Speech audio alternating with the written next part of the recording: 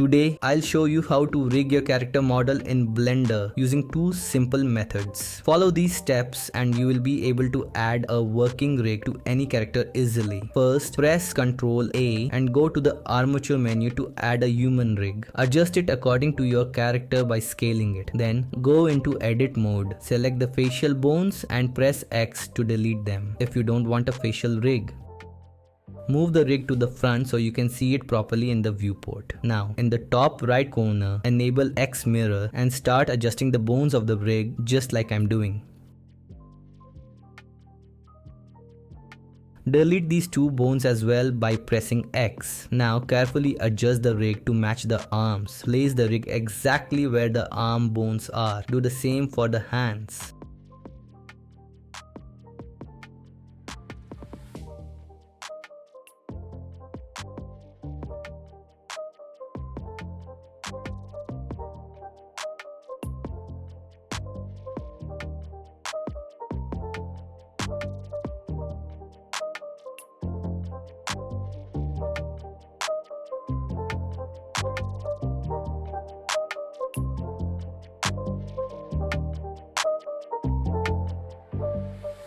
Once the rig is fully adjusted, go to object mode. First select your character and then the rig. Then press Ctrl+P and choose with automatic weights. And there you go. The rig for your character is now ready. This was the first method. Now let's move on to the second method.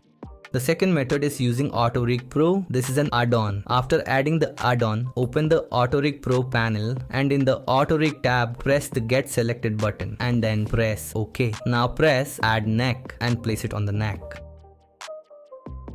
Do the same for the chin, then the shoulders, then the wrists, then the spine and finally the ankles.